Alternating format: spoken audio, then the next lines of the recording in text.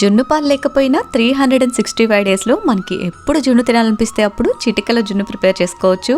99% natural జున్ను పాలతో చేసిన జున్నులాగే ఉంటుంది. మరి లేట్ ఎందుకు, ఎలా తయారు చేసుకోవచ్చో చూపిస్తాను, మీరు ట్రై చేయండి.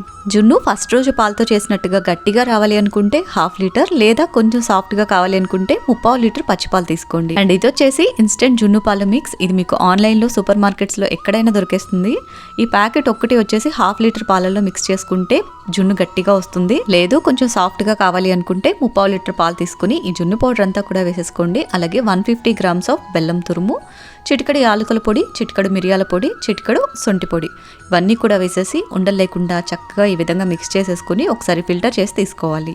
తర్వాత కుక్కర్లో ఇలాంటి స్టాండ్ పెట్టేసి ఒక చిన్న గ్లాసు నీళ్లు పోసేసి మనం ప్రిపేర్ చేసి పెట్టుకున్న పాలని ఇందులోకి పెట్టి పాల మీద మూత పెట్టుకోవాలి, ఆవిరి పడకుండా. అలాగే పైన కుక్కర్కున్న విజిల్ తీసేసి మూత పెట్టి జస్ట్ ఒక 15 నిమిషాల పాటు ఉడికించారంటే జున్ను ఈ విధంగా చక్కగా ఉడికిపోతుంది.